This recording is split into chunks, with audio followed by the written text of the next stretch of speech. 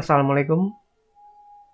Pada kesempatan kali ini saya akan memberikan tutorial singkat tentang penggunaan rumus finansial, yaitu rumus NPER. Rumus ini digunakan untuk mencari total periode dari suatu pinjaman atau investasi terhadap nilai suatu aset. Jadi misalnya, apabila kita ingin mencari berapakah total periode dalam suatu pinjaman atau total periode nilai suatu investasi di masa yang akan datang berdasarkan nilai asetnya, maka kita gunakan rumus NPER. Untuk lebih jelasnya tentang penggunaan rumus NPER ini, Anda bisa pelajari artikel selengkapnya di blog saya, yaitu di www.mujiyamianto.blogspot.com. Anda bisa mengklik linknya langsung di bawah video ini di bagian deskripsi. Nah, di depan layar monitor Anda, ini sudah ada sebuah contoh soal sederhana. Ini saya ambil dari artikel yang ada di blog saya. Yami membeli sebuah HP Samsung seharga 5 juta rupiah secara kredit dengan bunga sebesar 10% per tahun.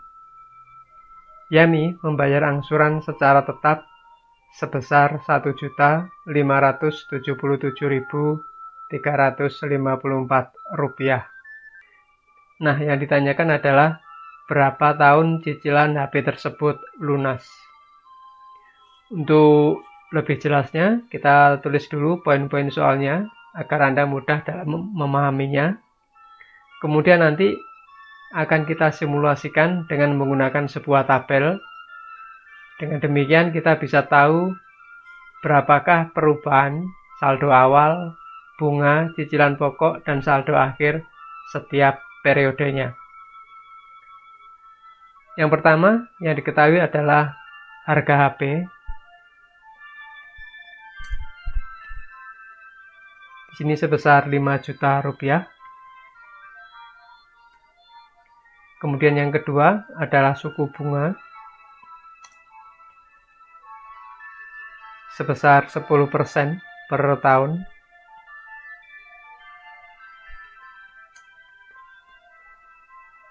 Kemudian yang ketiga adalah angsuran tetap, atau bisa juga dikatakan sebagai anuitas di sini, sebesar Rp1.577.354.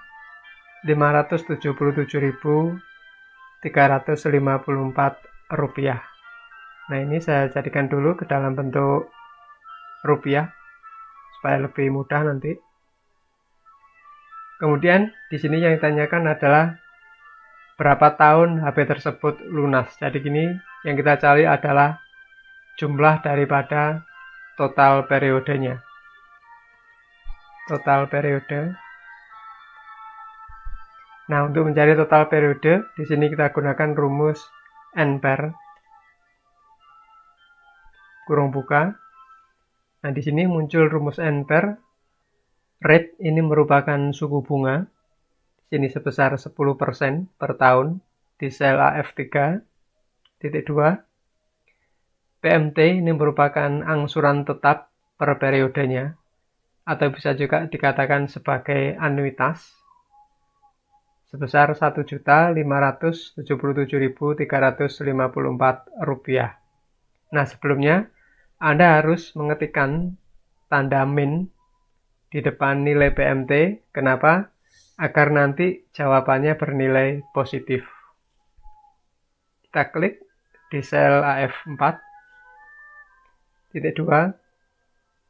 PV ini merupakan present value, adalah nilai aset saat ini. Nilai asetnya adalah harga HP sebesar 5 juta rupiah. Selanjutnya di sini ada FV atau future value. Ini merupakan nilai aset pada masa yang akan datang. Kemudian juga ada tipe. Kedua ini bersifat opsional, jadi apabila tidak diketahui bisa kita abaikan. Karena di sini tidak diketahui, maka langsung saja tutup kurung, tekan enter. Maka total periodenya di sini dalam bentuk tahun 4, sekian sekian sekian. Ini saya rubah ke dalam bentuk number. Kita bulatkan sehingga total periodenya adalah 4 tahun. Nah, apakah jawaban kita benar bahwa total periodenya 4 tahun di sini? Kita bisa masukkan ke dalam simulasinya. Di sini ada periode, di sini dalam bentuk tahun, kemudian ada saldo awal, anuitas. Nah, anuitas di sini terdiri dari bunga dan cicilan pokok. Kemudian yang terakhir adalah saldo akhir. Untuk periode tahunnya, di sini ada 4 periode berdasarkan jawaban kita. Kita masukkan. Saldo awal ini merupakan harga HP saat ini sebesar 5 juta rupiah di sel AF2. Kemudian anuitasnya kita masukkan nilainya di sel AF4.